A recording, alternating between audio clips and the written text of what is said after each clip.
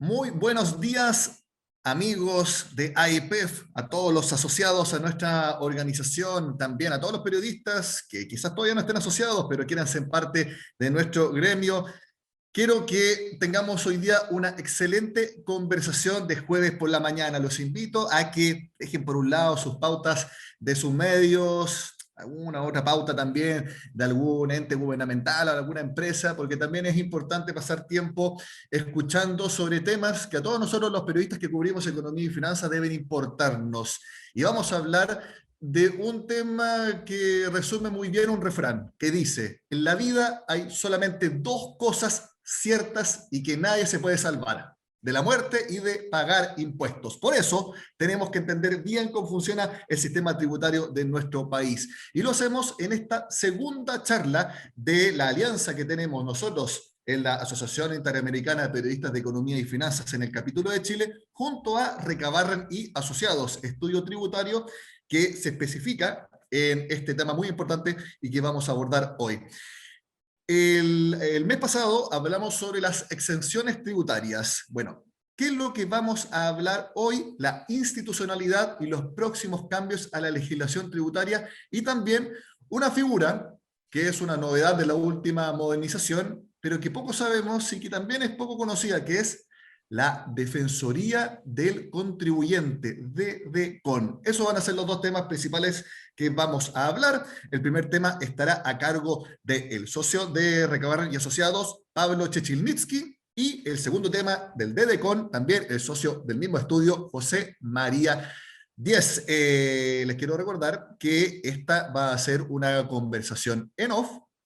Si ustedes después quieren profundizar en alguno de los aspectos que mencionemos, tienen que contactar a Vinculación, que es la empresa de comunicaciones de Recabarren y Asociados, y allí pueden gestionar conversaciones en on si así lo prefieren. Quiero también, antes de empezar, contarles dos cosas. La primera es que mientras vayamos viendo las exposiciones, ustedes pueden hacer sus preguntas, nos las envían y yo voy a hacérselas con el socio que esté exponiendo en el momento. Los invito a que participen, expresen sus dudas. Yo también voy a ir preguntando, pero la idea es que también me ayuden con la conversación. Y lo otro que quiero contarles es que el martes 22 de junio tenemos un seminario organizado en AIPEF con 3 constituyentes para conversar sobre su visión de la protección social en nuestro país y cómo debiera estar plasmada en una nueva Carta Magna. Tenemos confirmados a los constituyentes Cristina Dorador de Antofagasta, Tamara Pulticnic de Concepción y también Mauricio Daza de Magallanes. Todos conocemos bastante bien a Mauricio Daza. Muy bien, dados estos anuncios, quiero invitar a nuestro primer expositor. Él es abogado y, como les decía, socio de Recabarren y Asociados. Anteriormente fue abogado senior del Departamento de Impuestos en EY Chile y tiene posgrados en la Northwestern University, School of Law de Chicago, y también en la misma universidad, pero la Escuela Kellogg Management de Chicago, muy conocida también para quienes cubrimos el área. Quiero saludar a Pablo Chechilnitsky. Pablo, ¿cómo estás? Muy buenos días. Hola Nicolás, muchas gracias por tu presentación. Voy a partir compartiendo. Me avisan por favor si es que se ve correcto. Sí, se ve perfecto. Perfecto. Gracias Nicolás. Bueno, como ya le adelantó Nicolás, nos vamos a separar en dos partes. Por mi parte yo me voy a centrar en revisar con ustedes distintos tipos de sistemas tributarios que existen, tanto en Chile como algún comparativo con el exterior. Pero primero vamos a ver clasificaciones generales de impuestos, revisar cuáles son los principales impuestos que están en Chile y cómo contribuyen esto a la recaudación. Entonces vamos a tener una parte introductoria, después vamos a caer de lleno en revisar los tipos de sistemas.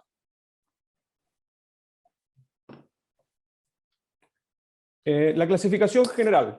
¿Ya? Esto es algo que se pasa en todas las escuelas de Derecho. Es como una parte introductoria para tener un lenguaje base entre todas las personas que se dedican a este tema de los impuestos. ¿Ya? Hay una clasificación inicial que la pueden haber escuchado mucho, la usa mucho el Servicio de Impuestos Internos en sus divisiones internas, que es la división de impuestos directos o indirectos. ¿Ya? Uno se podría preguntar por qué puede haber algo directo y indirecto. Y esto se hace referencia básicamente al patrimonio de las personas y a la generación de ingresos. Entonces un impuesto directo es el que se aplica sobre el patrimonio que yo tengo, sobre lo que tengo por ejemplo, en mi cuenta corriente, o los ingresos que yo genero, ya sean dependientes o independientes. Un ingreso dependiente puede ser rentas del trabajo, o sea, yo tengo mi contrato, trabajo en una empresa, me pagan, eso es un ingreso, y un impuesto directo iría a gravar eso, ¿cierto? El impuesto, bien conocido, el impuesto a la renta. El impuesto indirecto, por su lado, no grava directamente el patrimonio ni mis ingresos, sino la plata que yo tengo, por decirlo de alguna forma, cuando la voy a usar, ese es el hecho grabado y se me va a aplicar un impuesto que le denominan indirecto. Esto es clásico, impuesto indirecto es el IVA, ¿ya? Que graba mis compras. Por ejemplo, yo voy al supermercado, compro algo, va con IVA, voy a Falabella, compro un televisor, cualquier cosa va con IVA. El otro que tenemos de ejemplo es el impuesto de timbre y estampilla, que es un impuesto indirecto que va a gravar una operación de crédito de dinero, que es básicamente cuando uno va al banco, pide un hipotecario, va con timbre, un préstamo, un mutuo de dinero, un crédito de consumo, cualquier cosa, todo eso va con timbre y estampilla, son impuestos indirectos, que no graban directamente en mi generación de ingresos, sino lo que hago con él. ¿Ya? Esa es la primera clasificación clásica del derecho tributario. Después viene una clasificación que ya va al tipo de impuesto, a cómo se aplica esto sobre ya sea el consumo o cómo se aplica sobre los ingresos, ¿ya? Y aquí se dividen en tres cosas generalmente. De suma fija. ¿Qué quiere decir de suma fija? Es que es un monto determinado, ¿ya? Por ejemplo, aquí pusimos los cheques, que hoy está derogado desde el 2008, pero cuando yo giraba un cheque antiguamente, tenía que pagar 160 y tantos pesos fijos. Daba lo mismo el monto del cheque, pero yo pagaba 160 por cada cheque que yo giraba. Entonces, por eso se decía que era de suma fija. Daba lo mismo la cantidad que salía en el cheque, puede tener $1.000.000 o 10 pesos, iba fijo. Eso es un impuesto de suma fija. Después están los proporcionales, ¿ya? El impuesto proporcional es que se aplica una tasa sobre un monto definitivo. El típico es el impuesto de primera categoría, que acá en Chile tiene tasa 25 o 27, entonces se aplica 25 o 27%, por eso es proporcional, sobre una base de impuestos que en general es la renta que genera una empresa o una persona, ¿ya? Eso es proporcional, 27 fijo. Y después está el famoso impuesto progresivo. El progresivo es como lo que tenemos acá en el global complementario de segunda categoría a las personas dependientes, que va aumentando en la medida que yo tengo mayores ingresos. Entonces, en Chile, por ejemplo, tenemos gente que está en tramos exentos, que tiene 0 impuestos, y personas que llegan hasta 40%. Y esto se va aplicando progresivamente en la medida que yo voy teniendo mayor renta, voy pasando de tramo desde el 0 al 40. Ese es un impuesto progresivo, ¿ya? Pablo, ¿Sí? eh, para contextualizar, hemos abordado bastante este royalty minero. Ujú. Aquí, ¿en qué clasificación entraría? Me imagino que en progresivo podríamos entrar a situarlo. Efectivamente, como bien dice Nicolás, lo que se estaba discutiendo en los últimos tiempos respecto al royalty minero era aplicar un impuesto o una imposición que iba a tener cierta progresividad en relación a las utilidades que vaya generando, al margen de utilidad que vaya generando la minera. Entonces, en ese sentido, mientras mayor margen de utilidad tenía, mayor tributación se le iba a aplicar, y en ese sentido ese royalty que se discutía tenía un componente de progresividad. Efectivamente, eso es así. La siguiente categoría es ya más local, más chilena. Lo otro uno lo puede entender en el extranjero. Si uno habla de impuestos directos, indirectos, proporcionales, progresivos, va a haber cierta similitud, ¿cierto?, en el exterior. Pero ya lo que estamos viendo aquí de las categorías ya es propiamente chileno, ¿ya? La primera categoría es básicamente lo que grava el capital. Cuando uno habla del capital, es el impuesto que se aplica sobre las sociedades, ¿cierto? En general, una empresa genera su utilidad por sus ventas, no sé, por LAN vende tickets de avión, va a tener eso como ingreso, va a descontarle sus gastos y va a tener que grabarlo con un impuesto que es el de primera categoría en Chile, que no es nada más que el impuesto corporativo, ¿cierto?, el que se aplica a las empresas. Después tenemos una segunda clasificación que es el de segunda categoría.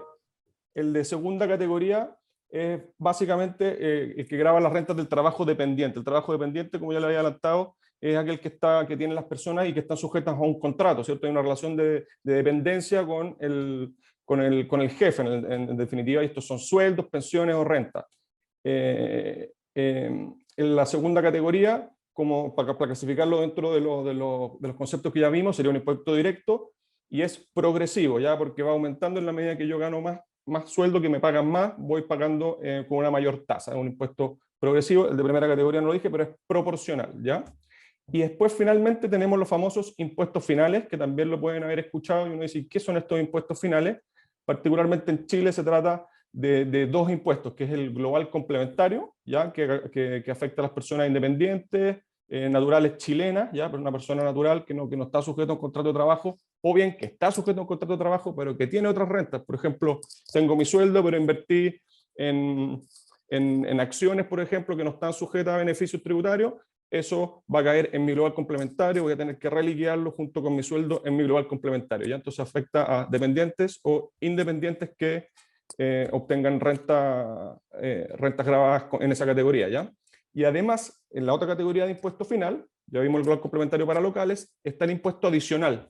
El impuesto adicional es un impuesto que se aplica a las personas extranjeras que tienen rentas de fuentes chilenas. La fuente es el origen. Entonces, si yo tengo una persona en Estados Unidos que invirtió en Chile en una sociedad, esa sociedad se va a grabar con primera categoría y cuando le distribuya los beneficios o un dividendo, un retiro al extranjero, se va a grabar con impuesto adicional. Ya ese impuesto adicional acá en Chile es con tasa 35 hoy y por eso también cae dentro de la categoría de proporcionales.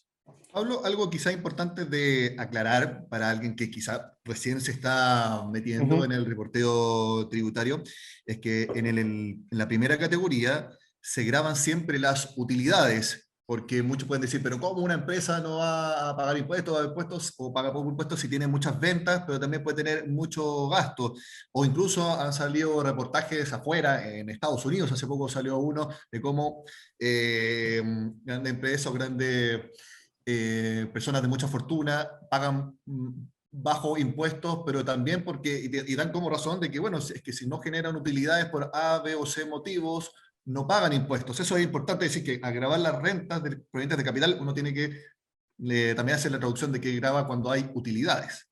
Efectivamente, tal como dices tú, Nicolás, aquí hay una base imponible, entonces yo puedo vender mucho, pero si para vender mucho tengo que gastar mucho, puede que no tenga utilidad que sea grabada. Entonces, como dices tú, tengo un ingreso bruto, que son mis ventas, todo, yo sumo todas mis ventas del año, tengo 1.000 millones de dólares, pero si para generar esos 1.000 millones de dólares yo me gasté 1.500 millones de dólares, obviamente no voy a tener un margen de utilidad, una renta que sea grabada en la primera categoría. Entonces ahí la gente puede perderse un poquito y decir, oye, ¿cómo si vende tanto esta compañía no pagan impuestos? Bueno, justamente porque puede tener costos muy altos que lo dejan con un margen o con una renta ínfima o negativa.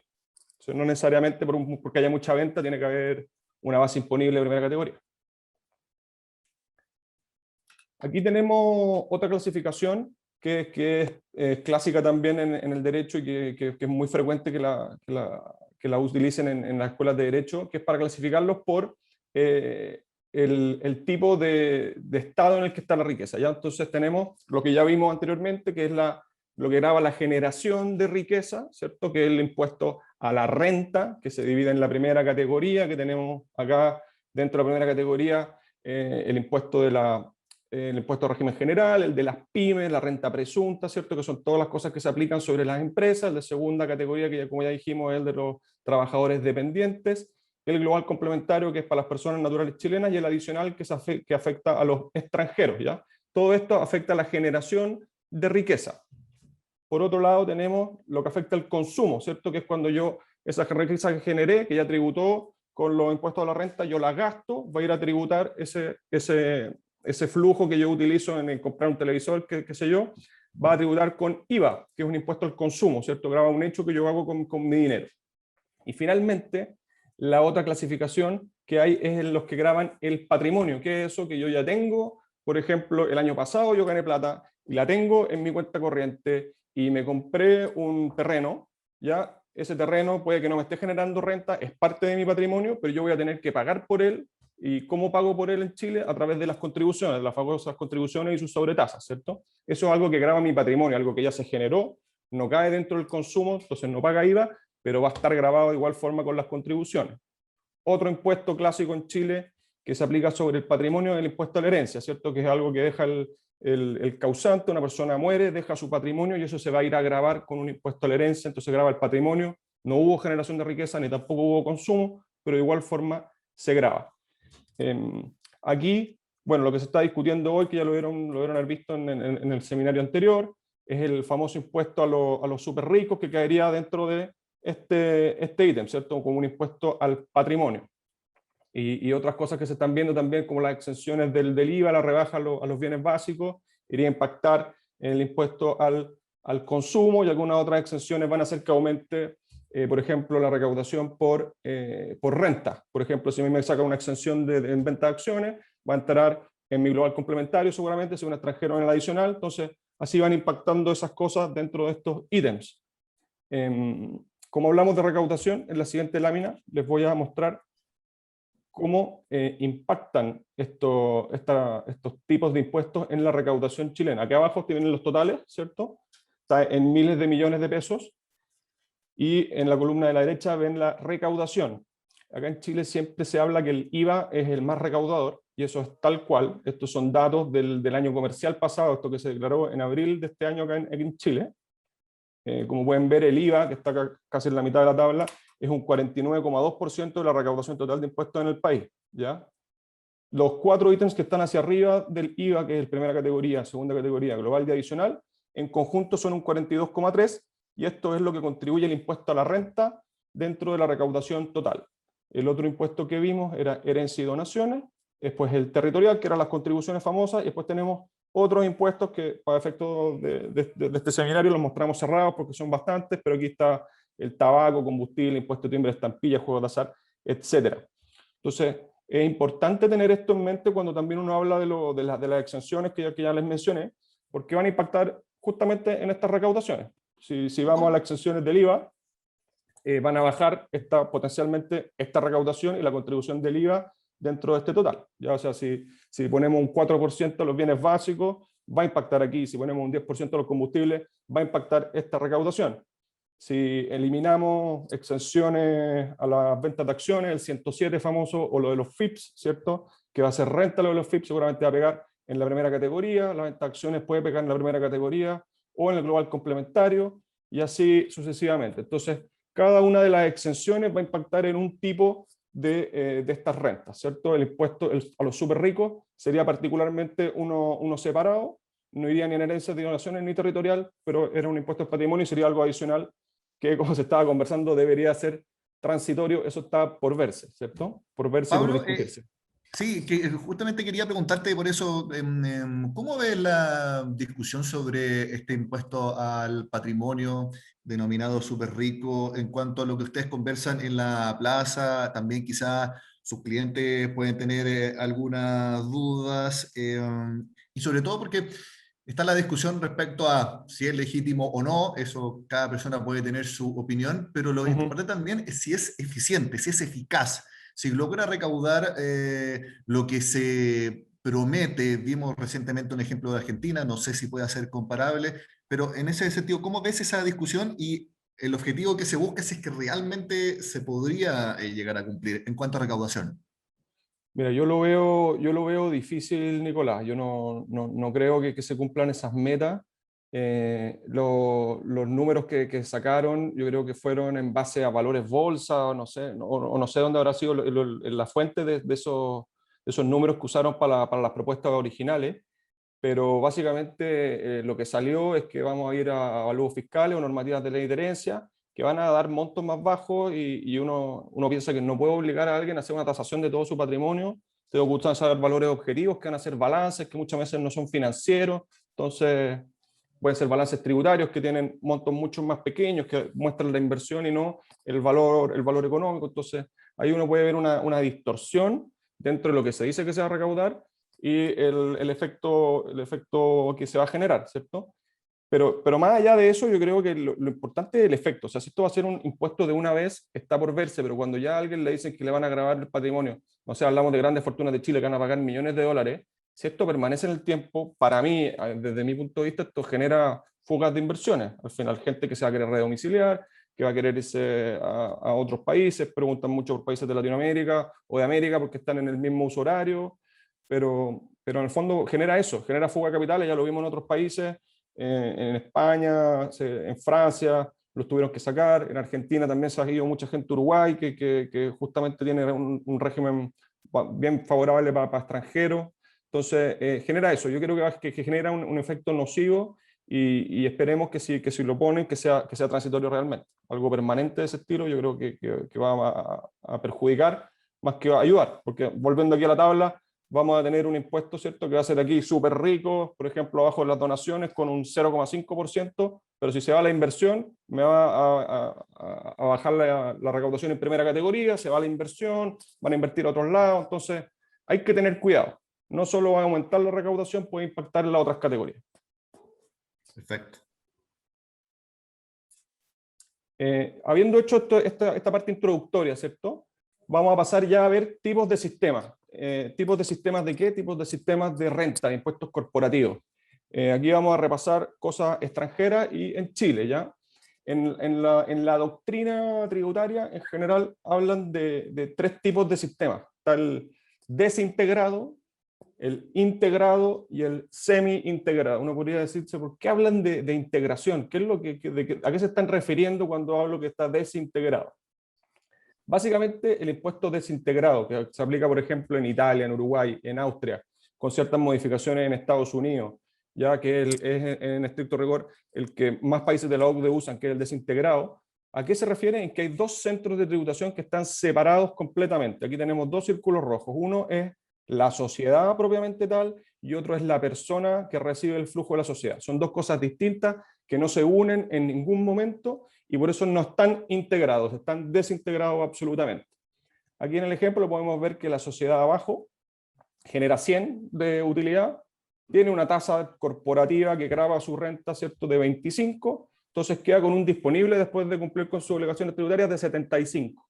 Cumplió la sociedad operativa y le distribuye lo que le queda a su socio o accionista, el que va a recibir 75. En un sistema desintegrado, esa recepción del dividendo va a ir con una tasa que es directa al dividendo, que en este ejemplo pusimos que es de 12, ¿cierto? 12%, con lo que me queda un disponible de 66%. El total de la operación es 34, pero como pueden ver, son impuestos independientes, no se cruzan, no hay famosa acreditación, entonces hay dos ámbitos separados, no integrados de tributación. Eso es lo desintegrado, como les decía, está en Italia, Uruguay, Austria, Alemania, etcétera. Como 20 países de la OCDE usan este sistema de desintegrado. Después tenemos el famoso sistema integrado, ¿ya? En Chile esto está aplicándose hoy día para las pymes. Es un sistema que también usan en Nueva Zelanda y en Australia.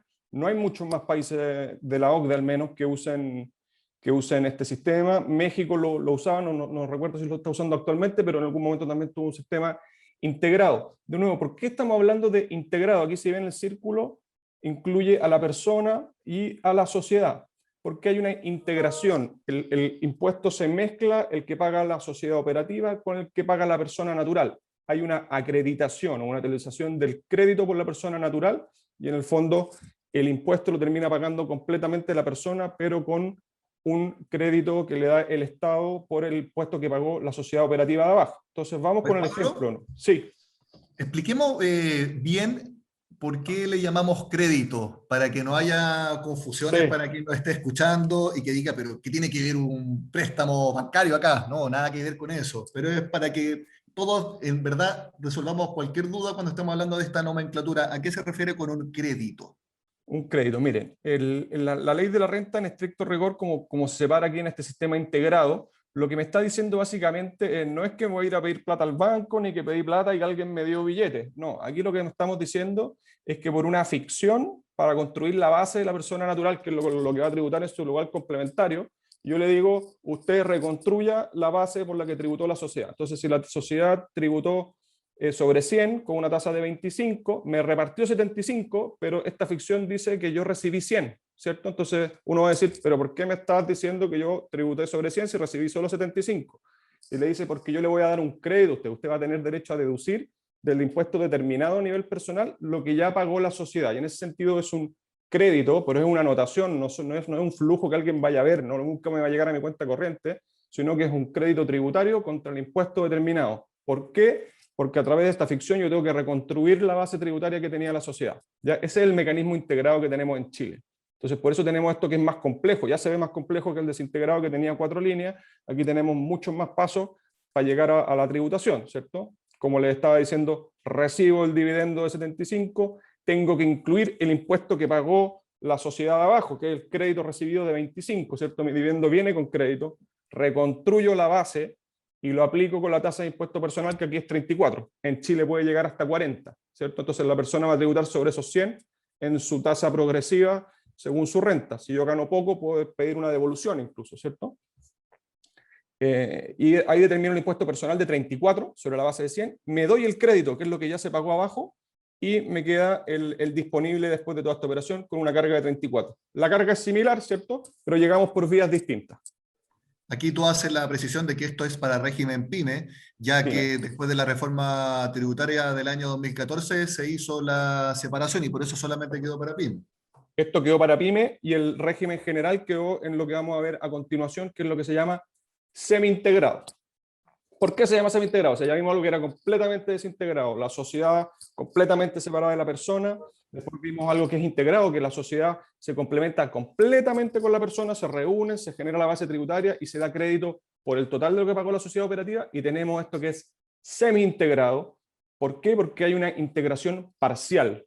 La sociedad paga abajo, reconstruyo la base arriba, pero yo no voy a poder usar todo el crédito, como crédito, todo lo que pagó la sociedad abajo. Esto es lo que tenemos hoy día como régimen general en Chile. Tenemos el 65% del crédito, no sé si lo habrán escuchado eso, que es lo clásico que se dice, hay una integración parcial del crédito con la persona natural, no puede usar todo lo que pagó la sociedad operativa abajo, y por eso llegamos a este que es el semi-integrado. No es desintegrado, no es integrado, es semi-integrado. En términos de mecánica, ¿cómo ocurre esto? Tengo la renta de 100, ¿cierto?, de la sociedad operativa, aplico la misma tasa corporativa, esto es igual que las láminas anteriores, hago el dividendo de 75, ¿cierto?, le llega acá arriba, dividendo recibido a la persona. Tiene que de nuevo que incluir todo el impuesto que pagó la sociedad abajo, lo incluye en su base de tributación. Lo aplica su base personal, como dijimos, el progresivo, el global complementario de 0 a 40, calculo el impuesto, pero a la hora de dar el crédito, ya este crédito tributario, no puedo usar el 100, puedo usar el 65% solamente, una fracción de lo que se pagó abajo.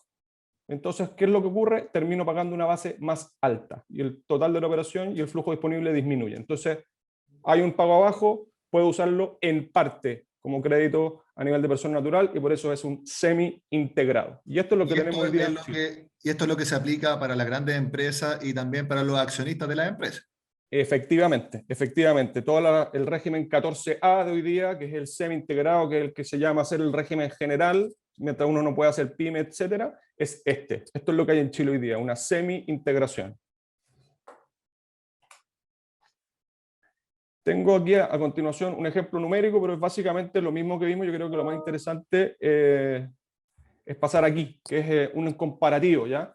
Estos son comentarios que da el mercado, que da la doctrina, no son personales míos, de una comparación entre los sistemas integrados y desintegrados. ¿Ya? Aquí hay unas categorías de comparación que pusimos nosotros, obviamente ahí pueden haber más, pero lo quisimos mostrar de esta forma porque creemos que es lo más representativo.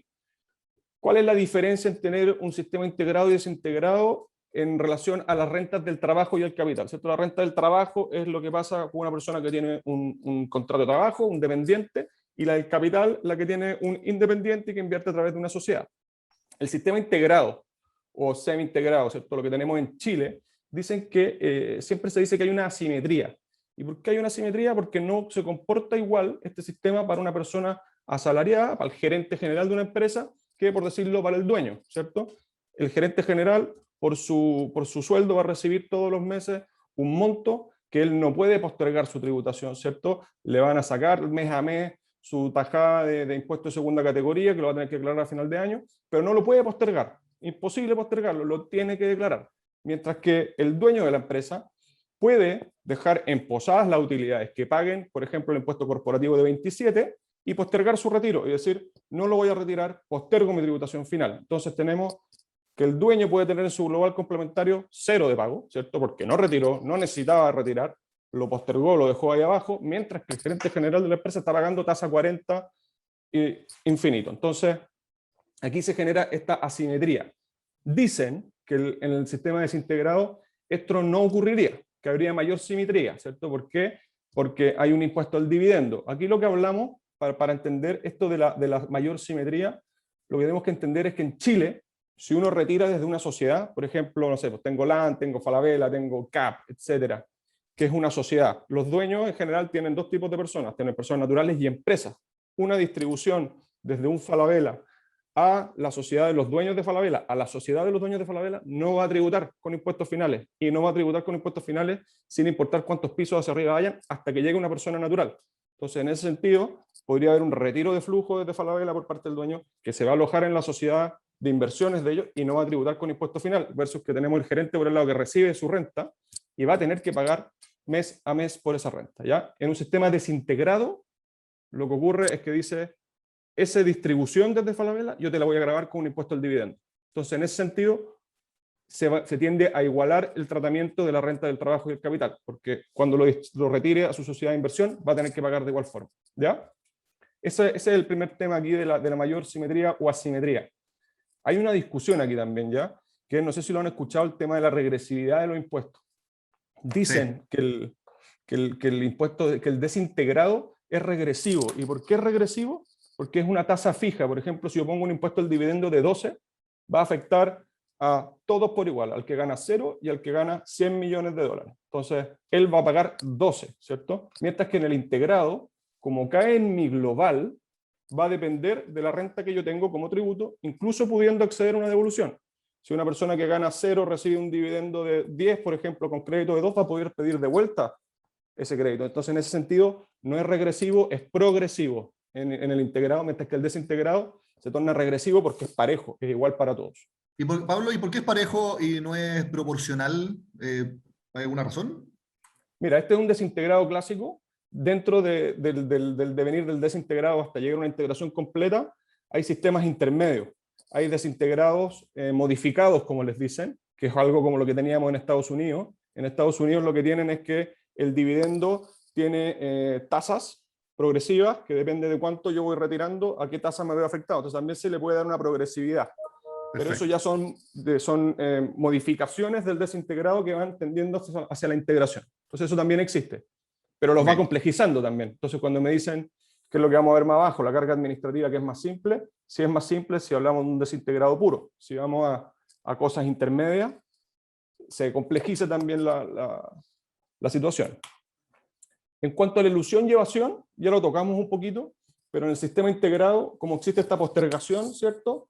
Lo que uno tiende a hacer es, o lo que tiende a hacer el mercado, dice, ok, voy a aprovechar esto y voy a hacer capas de sociedades. Voy a dejar como una suerte de cascadas, como lo que se habló en Sokimich, aunque no, tal vez no era el objetivo de eso, sino una cosa de control, pero al haber varios pisos, niveles hacia arriba, se va postergando la tributación, entonces uno puede decir, o algunas personas pueden decir que esto es un acto elusivo, que se hace con el puro objetivo de postergar la tributación con impuestos finales, los dueños emposan su utilidad en estas sociedades de inversión y nunca pagan el impuesto final en lo que era el famoso FUT, por ejemplo, que era un monstruo, ¿cierto? Entonces se genera como esta tendencia a la ilusión y evasión, según algunos, de generar pisos y pisos de sociedades y que los dueños retiren vía otros mecanismos, ¿cierto? Que se pongan creativos las personas de cómo llegar sin tributar impuestos finales.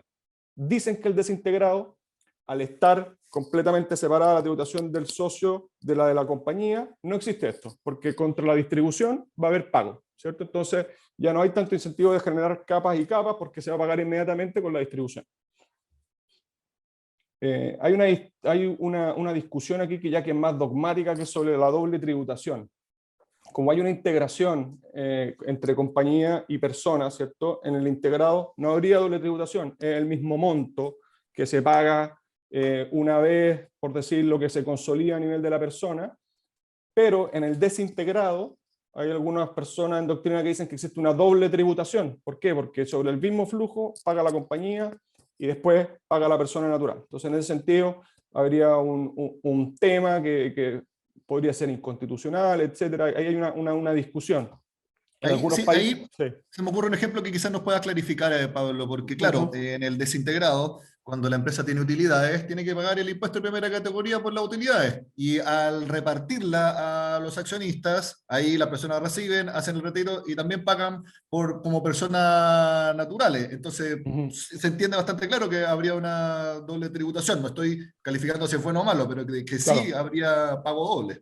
Exactamente, en un sistema desintegrado, esa gran parte de la discusión de que existe un pago doble sobre el flujo.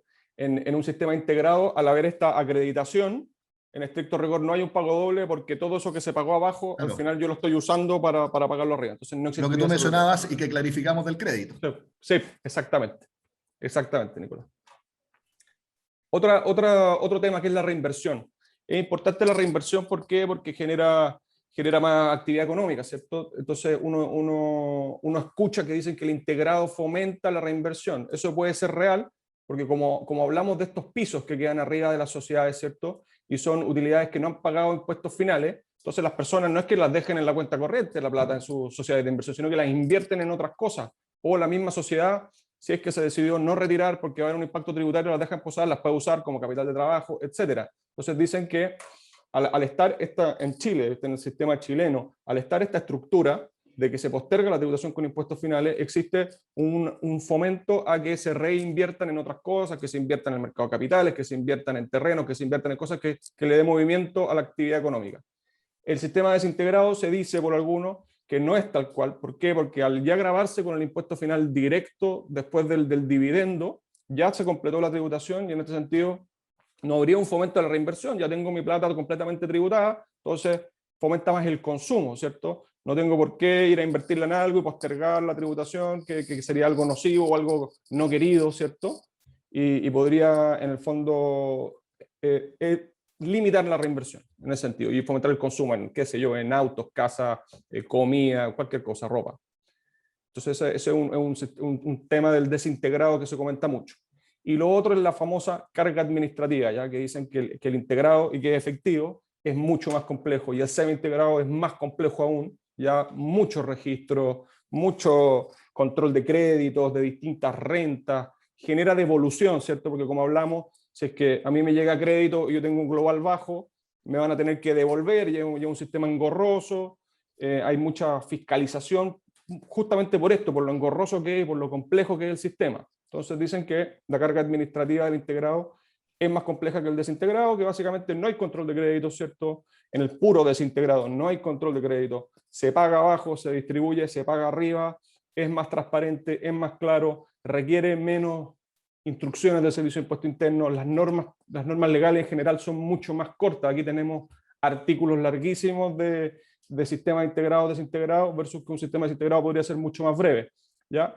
Pero como estábamos conversando, seguramente lo que uno quiere no es un desintegrado puro, iba a tener cosas intermedias, iba a tener esto que decías tú, Nicolás, por ejemplo, de progresividad en la recepción de los dividendos, va a tener algunas excepciones para fomentar la reinversión. Entonces también se va complejizando este desintegrado simple puro, ¿cierto? Que podría tal vez llegar a algo que no es tan simple. Pablo, oye, ha Sí. estado muy buena tu presentación. Antes de que pasemos al siguiente tema con José María Díez, quisiera preguntarte, con los aspectos que hemos mencionado, y recién lo dijiste en tu última intervención, ¿hacia dónde crees que vamos a avanzar en un próximo gobierno o posteriormente? Porque se habla de aumentar la recaudación, se ha hablado poco de incentivo a la inversión por parte de los candidatos presidenciales, no se conoce mucho tampoco cuáles son sus ideas tributarias en detalle, pero ¿a dónde crees que deberíamos avanzar? Porque ahora estamos más o menos al medio, semi-integrado. Sí. Deberíamos avanzar eventualmente aún más desintegrado para aumentar la recaudación. ¿Allá crees que deberíamos avanzar? Y reitero, no estoy diciendo que eso sería lo correcto, no, simplemente lo que se ve en el panorama de la discusión. Claro, yo veo que hay varias tendencias, ¿cierto? Pero lo que yo creo que debería ocurrir es tender a simplificar el sistema. Si uno tiene un sistema más simple, hay menos ilusión y menos evasión. ¿Por qué? Porque las reglas son más claras y cuando hay simpleza se cierran muchas ventanas. La complejización y el poco entender del funcionario del Servicio de Impuesto Interno o la poca pericia en la fiscalización hacen que se generen figuras que pueden aumentar la ilusión y evasión. En ese sentido, que conviva un sistema semi-integrado en Chile con uno integrado es muy complejo y requiere de mucha capacitación para el Servicio de Impuesto Interno. Yo creo que deberíamos tender a una integración total como es lo que teníamos antes o ya definitivamente hablar de un sistema desintegrado, pero no desintegrado puro, ¿cierto? Sino desintegrado que cuide la inversión, desintegrado que tenga progresividad, que no sea regresivo. Entonces es algo mixto y aquí lo que se echa de menos, que creo que también lo conversaron en el seminario pasado, es que haya una discusión seria, que haya una discusión seria. Esto no no es llegar y decir desintegrado como una norma populista que dice que va a recaudar más. No, no es verdad, uno puede recaudar lo mismo en un sistema integrado. ¿Ya? Por lo que importa es que la discusión sea seria y que se aborden todos los temas. Esto tiene un impacto en inversión, en recaudación, en la carga del servicio de impuesto interno, en la ilusión o evasión potencial. Entonces, es súper importante verlo combinarlo con cifras económicas, con proyecciones de ingresos, con tipos de renta, etcétera. No es tan simple y yo creo que desde un sillón sentado en la casa, alguien que no sabe puede dejarla embarrada, ¿cierto? Entonces, Sí, esto tiene que tener expertos. y volviendo a un concepto que mencionaste, proporcional, aquí tiene que haber una correcta proporción en la discusión. Sí, La voluntad de lo que se quiere hacer, con también ver lo que realmente sirve, lo que funciona, lo que exacto, realmente es eficaz, y como tú decías, que tampoco sea un enredo que nadie entienda. Yo me acuerdo exacto. cuando se estaba, no sé si ya se había promulgado la reforma tributaria del segundo gobierno de Michelle Bachelet, o cuando estuvieron con las miles de páginas de correcciones y explicaciones de la reforma. O sea, si algo se Exacto. necesita por miles de páginas para explicarlo, es enredado. Y yo fui una vez a un evento de la Cámara de Comercio de Santiago con contadores auditores. Ni Sí. les cuento cómo sudaba de nerviosismo porque no entendían nada de lo que se estaba aplicando. Así que por eso es muy importante este tipo de talleres. Pablo Chechilnitsky, socio de Recabar y Asociados, te quiero agradecer por estos minutos. Te mando un abrazo. Muchas gracias. Gracias a ti, Nicolás. Muy bien, ahora pasamos al segundo tema que yo les mencionaba, es la Defensoría del Contribuyente, desde con, es parte también de lo que se propuso de las últimas modernizaciones tributarias. Y para hablar de esto, quiero presentar a José María Díez. Él es abogado de la Universidad Católica, con posgrados en la misma universidad y también en la Universidad de Economía y Negocios de Viena. Recientemente, el año pasado, terminó de hacer un posgrado en impuestos internacionales. Él nos va a hablar, como les decía, de esta Defensoría del Contribuyente. José María, te saludo. Muchas gracias por estar con nosotros acá en AIPEF.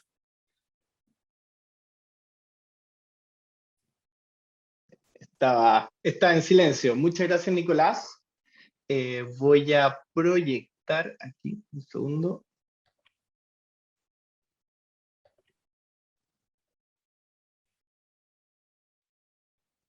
¿Se ve bien? Perfecto. Ahí está. Se ve, ¿no es cierto? Sí. Perfecto. Muchas gracias, Nicolás, por la invitación. No me queda más que también dar palabras elogiosas a Pablo por la tremenda presentación que se mandó. La verdad es que todo lo que él habló se pasa generalmente en un semestre en las escuelas de Derecho. O sea, la verdad, y él lo condensó bastante bien. Es un tema complicado, un tema árido, y creo que fue muy bien explicado, tomando los puntos muy importantes. Así que ojalá que le haya sido de utilidad. Es un tema bien complejo y creo que se abordó muy bien. Trataremos de estar a la altura explicando un poco lo que es la Defensoría del Contribuyente, qué es esto, qué se ha hecho en el derecho internacional y qué se hizo acá en Chile. Bueno, la verdad es que todo esto parte de un proceso con la ley 20.210, en el cual se hicieron como dice el título de la ley, modernización tributaria. Se trató de corregir ciertos errores, de corregir ciertos temas que venían de la reforma tributaria de Michelle Bachelet II, ir perfeccionando el sistema, ir haciéndolo más sencillo, entre comillas, ir adaptando todo este régimen semi-integrado, siendo también dando incentivos a las pymes, que son muy importantes en el desarrollo del país. Y dentro de eso apareció esta figura del defensor del contribuyente, una figura que se echaba mucho de menos y había sido exigido por la OCDE, o había sido más que nada recomendada por la OCDE en diferentes foros. ¿Por qué? Porque muchas veces todo lo que es tema de impuestos, servicio de impuesto interno, se le da mucha relevancia. Y la verdad es que el servicio de impuesto interno es clave porque es la que va a traer al final las lucas, ¿no es cierto? Es la que se va a encargar de recaudar, es la que se va a de revisar las empresas y traer cuáles son los dineros. Ahí Pablo Chechininsky habló de, por ejemplo, el IVA, el que más recauda, renta también tiene una parte más importante, y en eso se elaboran los distintos programas de fiscalización con objeto de aumentar, ¿no es cierto?, la recaudación. Ya Jadwe ya está proponiendo una reforma tributaria que aumente 10 puntos del PIB, pero están diciendo cómo va a hacer eso, porque la verdad es que es bastante difícil. pero eso, el Servicio de Impuesto Interno es una joya, ¿no es cierto?, dentro de lo que es el Ministerio de Hacienda. Y se le cuida mucho, un organismo bastante técnico, ya con Javier Echeverri en los años 90 se le dio bastante tecnología, los cruces de información, la verdad es que es bastante entretenido cómo operan ellos y cómo logran los datos y cómo logran saber todo lo que hace el contribuyente. Pero se echaba un poco la figura, ¿qué pasa con aquellas personas que, por ejemplo, frente a un procedimiento, frente a estas potestades, frente a todo lo que puede hacer el Servicio de Impuesto Interno, no tienen los dineros para contratar a un asesor, para contratar a un contador que los defienda frente a estas situaciones? Y eso se fue tirando, dejando de lado, hasta que finalmente, ¿no es cierto?, se propuso esta figura de la Defensoría del Contribuyente. Ahora, el título, y ayer lo hablábamos con Nicolás, es bastante, por así decirlo, como que creído, ¿no es cierto? Es algo que uno debería decir, chuta, el defensor del contribuyente, una especie de Superman, una especie de Mujer Maravilla, ¿no es cierto? Alta, fuerte, poderosa, con rayos láser que va a defender al pobre contribuyente frente a este ente gigante con muchas atribuciones, con mucho personal, que es el Servicio de Impuesto Interno. Y la verdad es que no es tan así. Yo te diría que ya partiendo del título es bastante, o sea, debería haberse llamado como Servicio de Asistencia al Contribuyente. Yo creo que vamos a ir revisando las facultades de lo que puede hacer y vamos a ir rebajando un poco el tono a este defensor. Una propuesta bastante, se me escapa la palabra, es como orgullosa, como bastante, De hecho, bueno. José María, tú tienes más adelante en la presentación una estructura que muestra cómo tanto la Defensoría del Contribuyente como el Servicio de Impuestos Internos tienen un mismo papá dentro de la estructura del Estado. Y eso ya inmediatamente nos dice un poco respecto a sus reales facultades para, como tú decías, defendernos a nosotros los pobres contribuyentes con el servicio. Así es, Nicolás. La verdad es que si ustedes ven el organigrama, está el Ministerio de Hacienda, tiene, por así decirlo, dos hijos. Un hijo que le da recursos y otro hijo que al parecer le quitaría recursos, no le daría tantos. Entonces, al final, ¿a quién van a querer más?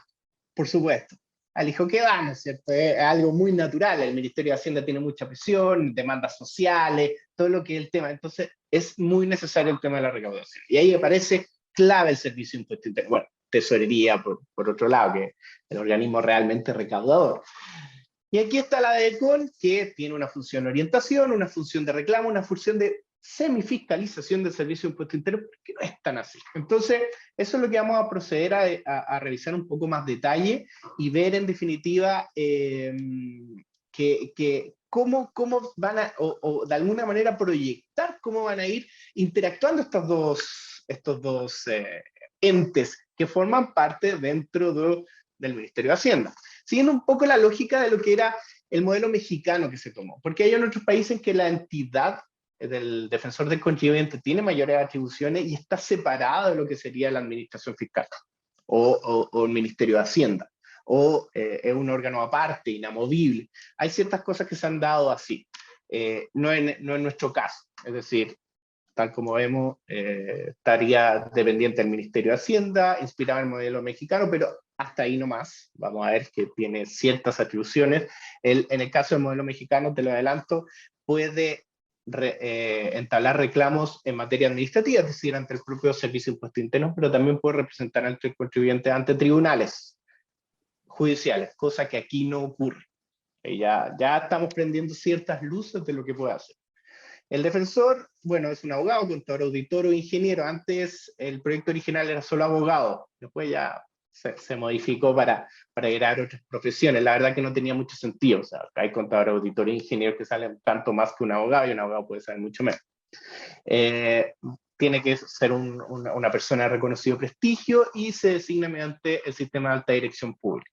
Lo mismo el director, el subdirector, el defensor, bueno, y un subdirector que se encarga más de la organigrama interna de lo que es este organismo, esta entidad. Y José María, me acuerdo que cuando partió de esto también hubo una cierta polémica porque quiénes iban a ser los defensores y se hablaba de que iban a pasar del Servicio de Impuesto Interno directo a ser defensores. ¿Esto con la alta dirección pública se frenó esa posibilidad? La verdad es que podría ser, si tú lo piensas en todo lo que es el tema de los nombramientos de los primeros TTA, al final, sinceramente, las personas que saben de impuestos, ¿dónde están? Están o en el Servicio de Impuesto Interno o en el mundo privado, la verdad, y en el mundo privado, ¿dónde van a estar generalmente? En auditoras o en algunos estudios tributarios más especializados, porque es algo muy, muy, por así decirlo, muy técnico todo el tema tributario. Entonces, muchos de los jueces que hay ahora, por ejemplo, el juez del tercer tribunal, el juez del primero, segundo y tercero, son de Santiago, son exfuncionarios del Servicio de Impuesto Interno. Y así hay en otros lados, en otras regiones, son mucha gente que proviene de ahí, porque, bueno, se vieron interesadas, también hay incrementos de remuneraciones, hay un tema de prestigio. Ahí ya tenemos un problema, porque imagínate tú si te fueras de Recabarren y Asociados y tienes que defender a alguien contra Recabarren y Asociados. Complejo, por decirlo menos. Empiezan a haber conflictos de interés, empieza a haber también una forma de hacer las cosas. En el Servicio de Impuesto Interno, el funcionario es muy ligado, así como casi como una especie de pasión por el Servicio de Impuesto Interno. Cuesta mucho desprenderse de la forma. Entonces, llegaba un reclamo y los tipos fallaban igual que el Servicio de Impuesto Interno. Eso se entendía, por lo menos. Ahora, después de 10 años, se ha empezado a ver cierta independencia en los juicios. La verdad es que eso hay que... Y finalmente el Consejo de Consultoría, el Consejo de Defensoría, la idea es que existe un órgano en el cual las entidades cada vez más importantes, ¿no es cierto?, distintas entidades de la sociedad civil se vayan involucrando en la toma de decisiones, porque la idea es que este defensor del contribuyente, la defensoría del contribuyente, pueda opinar acerca de ciertas normas, se pueda juntar con el Servicio de Impuesto Interno y decirle, oiga, sabe tal circular, adolece un error, hay un problema, su visión es más fiscalista, que hay una especie de control. Entonces lo lleva a, pero control entre comillas nuevamente, es como una especie de intermediario, una especie de velador de políticas, de buenas prácticas, por así decirlo. Yo diría que esa es la función del defensor, por eso mismo es como de asistencia. Eso lo detallas muy bien en la lámina donde hablas de las funciones. Y de hecho, la primera función que tú mencionas es orientar al contribuyente, y por eso también es bien decidor eso, porque no es defender al contribuyente, sino que orientarlo. Aquí está haciendo lo que se hace en la práctica. Sí, nuevamente, el tema tributario es bien complejo. Yo me acuerdo llegando en primer año, me pasaban una liquidación y yo, sinceramente, después de estar 5 o 6 años de derecho, no sabía de qué me estaban hablando, no sabía las normas. Entonces uno empieza a aprender y eso con la práctica a lo largo de un par de años, por lo menos ya empieza uno a unir, a entender todo ante una verdadera nebulosa.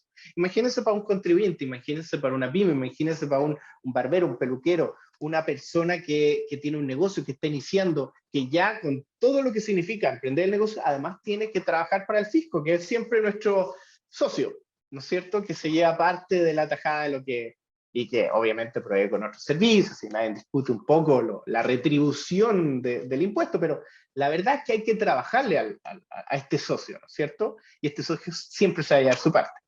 Entonces, imagínense para eso, una pyme, un empresario, chuta, tengo que hacer declaraciones de J, tengo que ver el tema del IVA, el formulario 29, tengo que pagar servicio y todo, y aquí puede ser una buena idea orientar al contribuyente. Problema, Nicolás. La dotación el Servicio de Impuestos Internos tiene una dotación de 5.000 personas a lo largo de todo Chile. O sea, obviamente realizan una función gigante, están apoyados por sistemas computacionales, la verdad es mucho más compleja la función que realiza el Servicio de Impuestos Internos.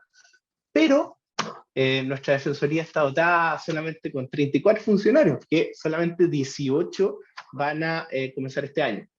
Y si tú lo abres eso, quiénes van a ser secretarias o quiénes van a ser abogados o quiénes van a ser administrativos, la verdad es que no sabemos muy bien, pero no van a ser tantos, ¿no es cierto? 18, 34 van a ser la dotación total del sistema. Se espera que se incremente, y eso para cubrir un territorio complejo, ¿no es cierto? Absolutamente descentralizado que es Chile, podría quedar corto. Podrían... José María. Sí, y respecto a ver, y en la práctica, ¿cómo funciona? ¿Y a quiénes también va a orientar? Por ejemplo, yo que tengo discrepancias con el servicio en la operación renta, voy a la defensoría y digo, oiga, ¿sabe qué? Necesito que me ayuden con esto. ¿Una persona así, una persona natural, o está enfocado a pymes que tienen mucho más temas, estoy inventando declaración de IVA, PPM, etcétera, o empresas más grandes, porque no creo que una empresa que esté en el IPSA vaya a esto, tienen su propio abogado que hacen en la pega. Entonces, ¿quién es la persona que Lo- puede decir, me conviene ir con el DDCON? claro, los grandes se defienden solos, Sí. finalmente. La verdad es que esto está orientado específicamente a las pymes, específicamente a, a las personas naturales que tienen 30 UTA. Eso para efectos de representar administrativamente, lo vamos a ver más adelante. Ahora, hay un tema bien interesante que se le puede pedir, y aquí me estoy adelantando un poco, se le puede pedir ciertas opiniones a la Defensoría, que no son vinculantes. Por ejemplo, el servicio puede emitir un oficio, que es, no, es un oficio, una opinión sobre un caso concreto, por ejemplo, sobre una fusión de sociedades en materia internacional. Y la opinión puede ser mega controvertida. ¿Se le podría eventualmente pedir a la Defensoría que emita una opinión técnica al respecto? Sí, que no es vinculante, pero por lo menos se deja, empieza a haber otro órgano del Estado, que lo que hablábamos aquí es muy interesante, porque el Servicio de Impuesto Interno siempre ha tenido la batuta en todos los temas tributarios por parte del Estado. Y debe ser así, ¿no es cierto? Y ahora vamos a tener otro órgano que va a tener otra mirada. Entonces, efectivamente puede controvertir eso. Y eso para mí es muy interesante. Y de ahí está el rol, y nuevamente, ¿qué tipo de defensor vamos a tener? Si es un defensor busquilla, si es un defensor activo, si es un defensor que está ahí con ganas de efectivamente hacer su pega, pienso que a pesar de las bajas facultades que tiene, puede hacer mucho ruido. Si no, la verdad es que se lo van a terminar comiendo en la vida diaria, la operatividad normal. Entonces, depende mucho cómo al final se ejerzan estas facultades. El tema de orientar al contribuyente es bastante interesante, que cualquier acto que vulnere o desconozca, la idea es guiar. Muchas personas vienen por un tema más sencillo, el tema de PPM, como declaró IVA. Yo creo que va a ser bien expedito todo lo que es. Situaciones más complejas ya van a requerir un poquito más de análisis, y ahí yo tengo dudas si el personal va a tener la capacidad para absorber tamaña carga de trabajo. Los temas tributarios generalmente son bastante complejos y hay distintas soluciones frente a un mismo problema. Hay que tener ojo respecto a eso. Pero sin embargo ya empieza a ser positivo. Ojo, esto también lo tiene el Servicio de Impuesto Interno, o debería haberlo tenido el Servicio de Impuesto Interno, pero como no ha sido de manera necesaria. ¿Por qué? Nuevamente, porque el Servicio de Impuestos Internos tiene una labor, ¿cierto? Recaudar más impuestos. Esto se ha dejado de lado, por así. Muchas de las preguntas frecuentes que están en el servicio, que tienen como fin orientar al contribuyente, algunas de ellas se encuentran desactualizadas. Nos hemos pillado con varios de esos tipos. Entonces, la verdad es que esto me gusta que sea un organismo separado, que oriente, que le dé otra mirada y que lleve al contribuyente por el buen camino. Es un poco en esta labor de orientación. José María, hay una pregunta en el chat, la hace José Manuel Figueroa y dice, ¿es posible hacer la práctica de derecho en la Defensoría del Contribuyente? No, la práctica se hace en un organismo que se llama la Corporación de Asistencia Judicial. ¿Esa es la Y práctica de 6 meses? esa es la práctica, sí, esa es la práctica de 6 meses. Y en ciertos casos hay ciertos organismos que se van adhiriendo. Yo te diría que poner un abogado que recién está fresquito de la universidad en temas tan complejos, se pierde la función. No, para mí no sería. Esto es un tema realmente complejo, como hablábamos ayer con Pablo. O sea, tú tienes acá en el propio estudio un abogado de primero y segundo año, y la verdad es que les cuesta mucho agarrar el ritmo, porque son temas y van aprendiendo. Al final ya son unas máquinas, podría ser, pero cuesta. Entonces, poner un abogado que recién viene saliendo de la universidad, que nunca ha hecho un escrito, nunca ha presentado un reclamo, y ponerlo con todo esto, la verdad es que no me parece. Y según el estatuto deberían ser funcionarios de planta y toda una reglamentación. La verdad es que no estarían dentro de lo que es el estatuto administrativo público. Y estamos hablando del Estado también, pues para que Estamos hablando con cosas. Así es. Después tenemos el tema de la queja, que es como de alguna manera si uno se siente vulnerado por la actuación de un funcionario.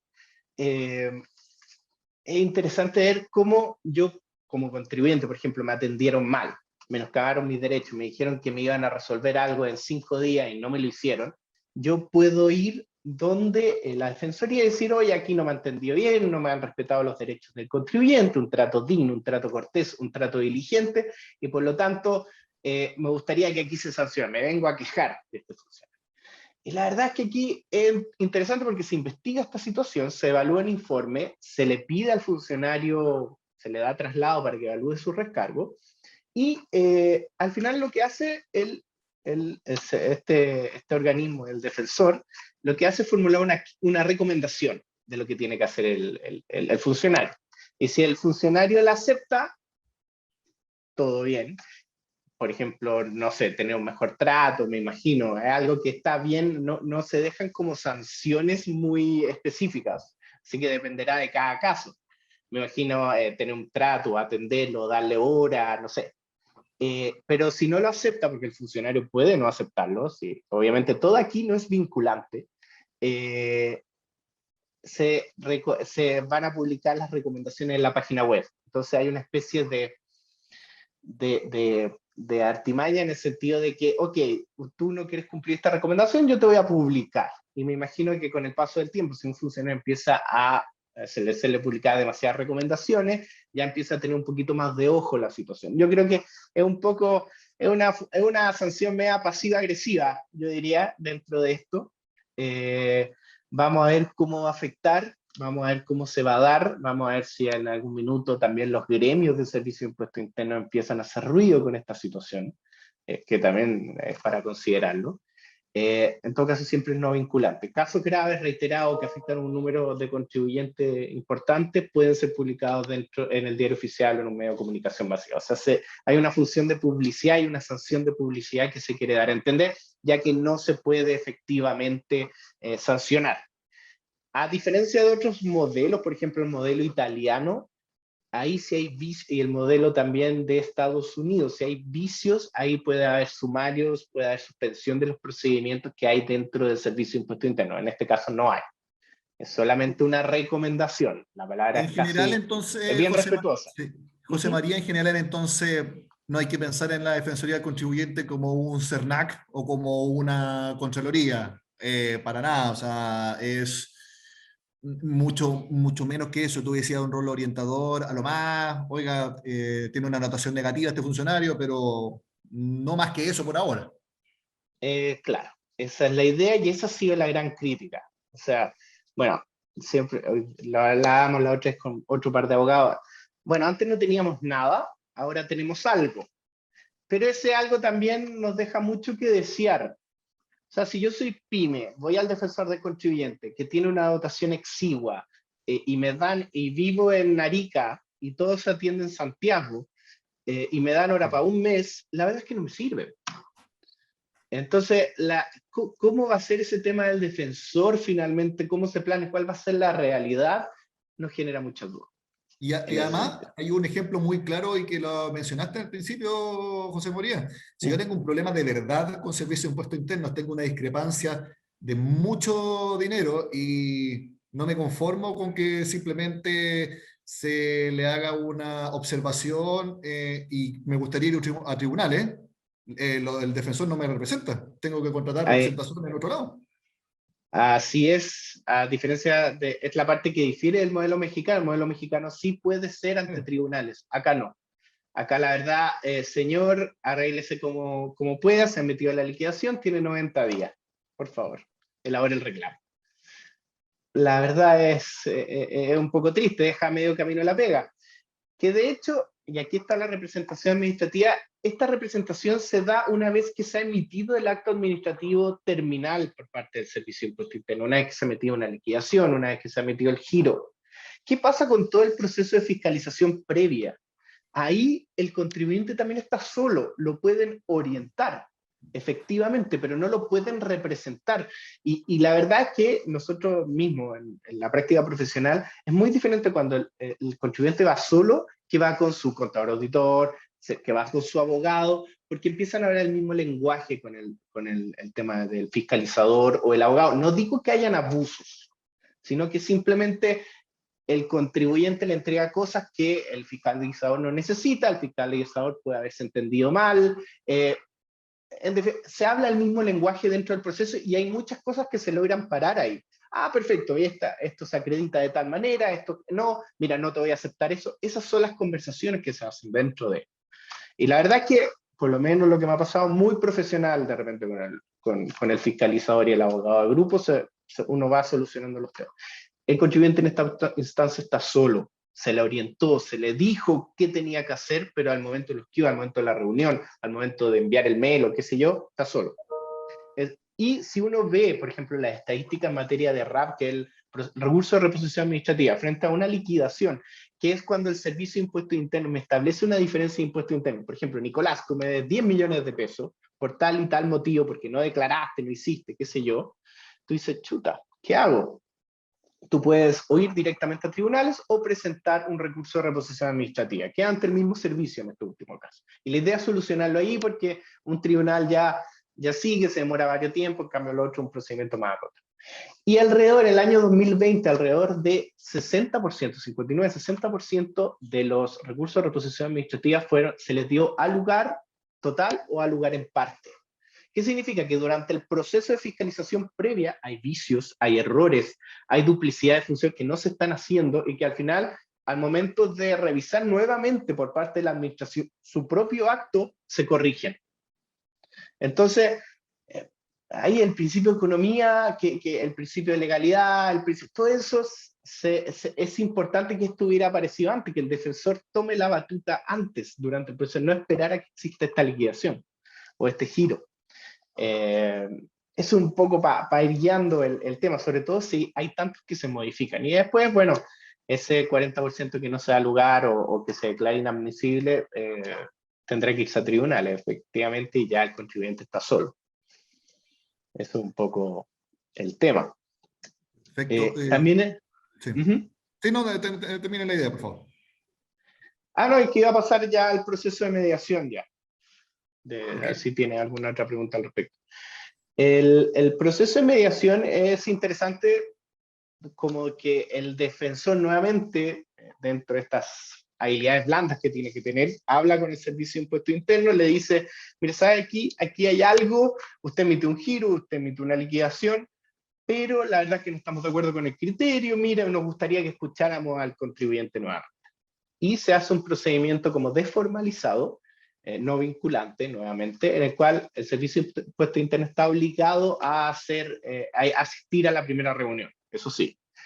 Pero si no se llega, pero está totalmente libre de llegar a acuerdo o no con el contribuyente. Ahora, si llega a un acuerdo, hay una transacción, tiene base de cosas juzgadas, es decir, no se lo pueden revisar de nuevo, no se puede iniciar un nuevo procedimiento por ello. Es positivo, pero nuevamente es como depende mucho también de la buena voluntad del Servicio de Impuestos Internos de querer llegar a un acuerdo. Que recordemos, ya hizo el análisis, ya fiscalizó, ya emitió el acto y ahora se tiene que revisarlo de nuevo en un proceso medio amistoso sin perjuicio de que los actos, los plazos van a seguir corriendo. Entonces se puede demorar mucho, al final el Servicio de Impuestos Internos dice no voy a llegar a un acuerdo, transcurrieron 50 días, me queda poco tiempo para presentar un reclamo ante los tribunales o poco tiempo para presentar un recurso de reposición administrativa, es decir, hay como una tercera vez que yo puedo intervenir ante el órgano de la administración, así que me genera duda un poco también el tema de la mediación, cómo va a ir, operando en definitiva. José María, la verdad es que ha sido muy aclarador sobre la realidad de la Defensoría del Contribuyente, todo lo que nos has dicho. Para ya cerrar, porque se nos acaba el tiempo, te quiero preguntar, si el dueño de una pyme cree que va a tener un problema con el Servicio de Impuestos Internos, ¿tú le recomiendas ir con el defensor del contribuyente o directamente contratar a un abogado y ahorrarse tiempo? Uy, como todavía todo esto está en veremos, yo le diría que vaya.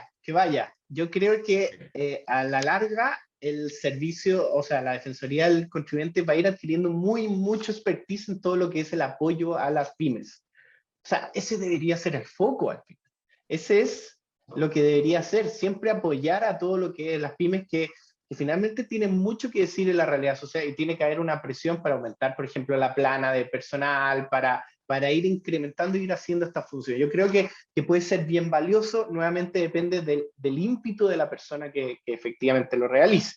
Yo le recomendaría que sí. Me gustaría ver cómo funciona, me gustaría ver cómo lo hace. Y si en el caso que no pueda o le dan hora para, no sé, 2 meses más, ahí ya podría recurrir a un abogado, una fundación ProPyme, qué sé yo. Pero sí, hay que utilizar esta alternativa. No. Y yo la veo, pucho, uno la analiza más en detalle y dice, le falta, de algún modo, ¿qué va a decir Chile? Chile dice, ante los foros internacionales, ante la OCDE, va a aparecer como que tiene un defensor del contribuyente, le falta mucho desarrollo, ¿se va a ir en el futuro incrementando sus facultades? No sé, veremos. También hay un tema de voluntad política al respecto. No sé si, y sinceramente, el Ministerio de Hacienda, que es lo que hablamos, quiera contribuir a que efectivamente exista un organismo que le haga mella en su recaudación, por muy buen servicio que lo dé. También intereses dentro de ese modo. Así que tan veremos, vamos a ver. Yo dentro de todo soy optimista, espero que funcione, espero que las pymes se sientan apoyadas, pero no es suficiente, en absoluto.